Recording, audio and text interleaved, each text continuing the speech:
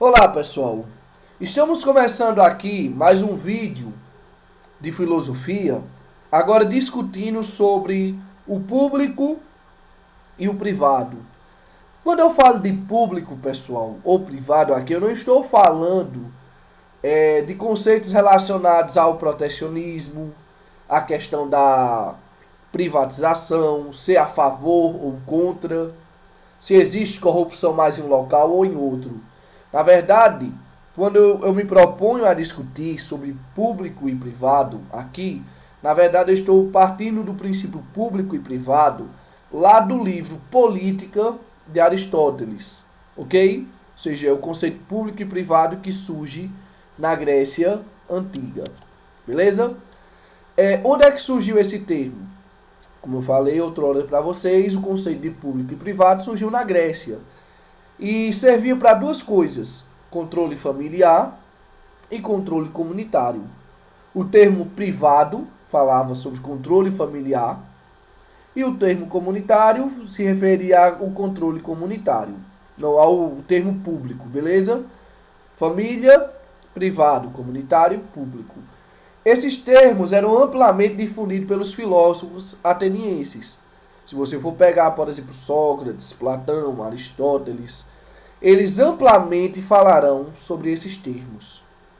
Não apenas eles, mas outros filósofos, sejam eles pré-socráticos ou pós-socráticos, também irão falar desses termos. E sempre que eles falam sobre esses termos, eles enxergam no homem o meio de construir uma polis que atenda aos anseios sociais, carregados de ética e justiça.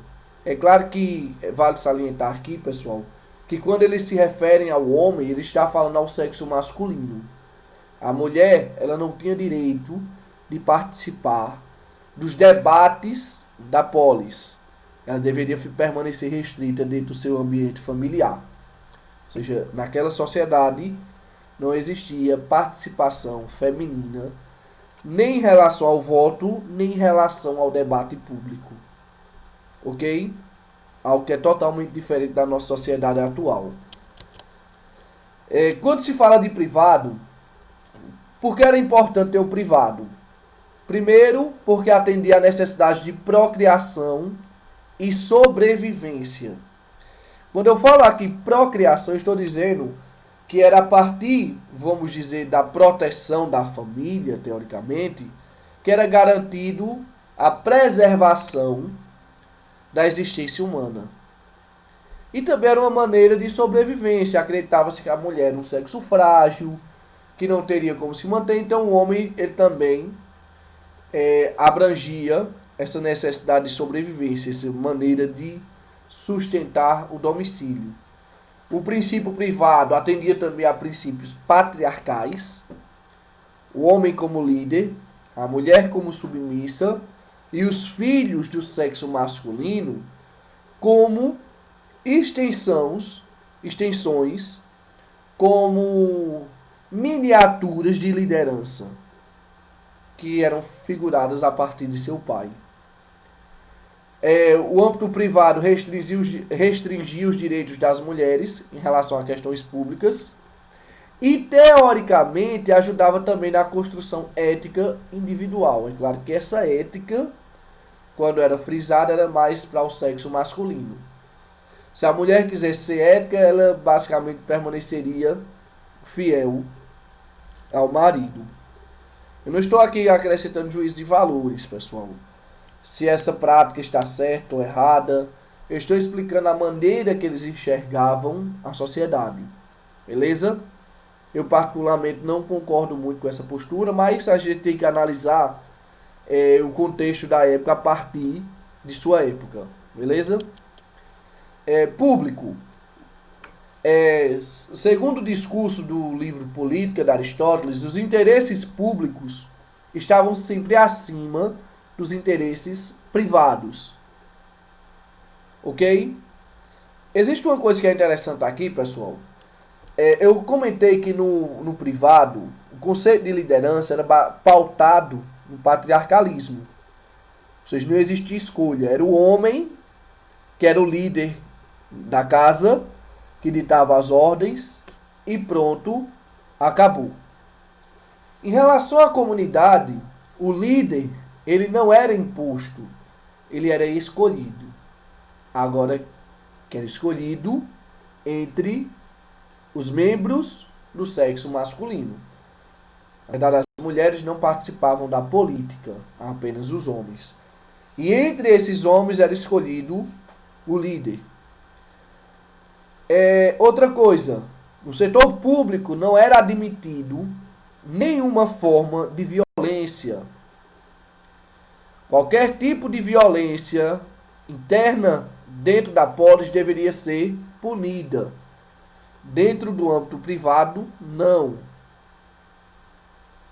Os homens poderiam, inclusive, bater em suas mulheres, praticar violência psicológica, cometer crime de honra, que não existia problema algum perante as leis gregas. Na verdade, só não era tolerável se isso fosse feito em um ambiente público. Dentro do ambiente privado, a violência ela era tolerável. Já em relação a âmbitos públicos, não. Outra prática totalmente abominável dentro do contexto atual. Na verdade, a violência ela não deve ser disseminada nem no ambiente público, quanto também no ambiente privado. Qualquer tipo de violência deve ser totalmente repudiado. Mas a gente está falando de um contexto histórico. E como eu disse, a gente tem que analisar a sociedade a partir do seu contexto.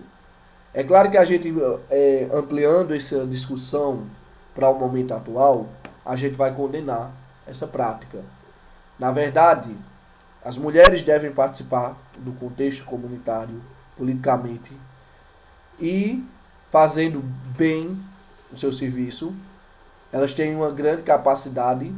Estudos comprovam que as mulheres estudam muito mais do que os homens e muitas vezes estão mais capacitadas do ponto de vista profissional do que eles. Às vezes não ocupam cargos de liderança por simples herança patriarcal brasileira.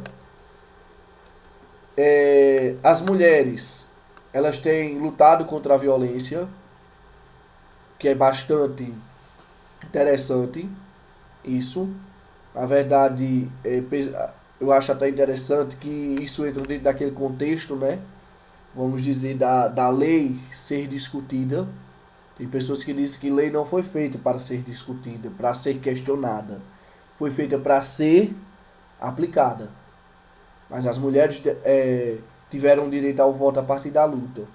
As mulheres, hoje em dia, são salvaguardadas pela lei, por exemplo, em relação à violência, em relação ao feminicídio, justamente porque apontaram esses crimes e lutaram para que essa sociedade mudasse. E isso vem muitas vezes a partir de uma luta pública, de uma luta política.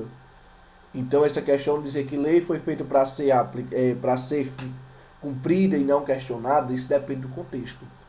No caso desse contexto, quando a gente analisa a história, a gente vai perceber que o contexto público ele foi modificado a partir do questionamento das leis, beleza? Então é isso, pessoal. Eu encerro aqui a discussão acerca dessa temática. É claro que isso é uma temática introdutória. Se a gente for discutir esse termo público e privado, também ele vai ter outras vertentes. É claro que eu me resumi nessa videoaula a falar um pouco sobre a questão dos homens e mulheres gregos e como essa forma de pensar da Grécia, de certa forma, se disseminou por parte da história e como esses termos criados na Grécia eles devem ser questionados se quisermos de fato uma sociedade mais justa e igualitária. Beleza?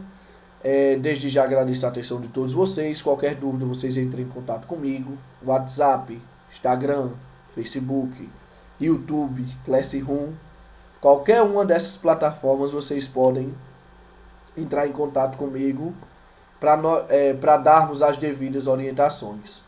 Desde já agradeço a atenção de todos vocês e desejo a todas e todos bons estudos.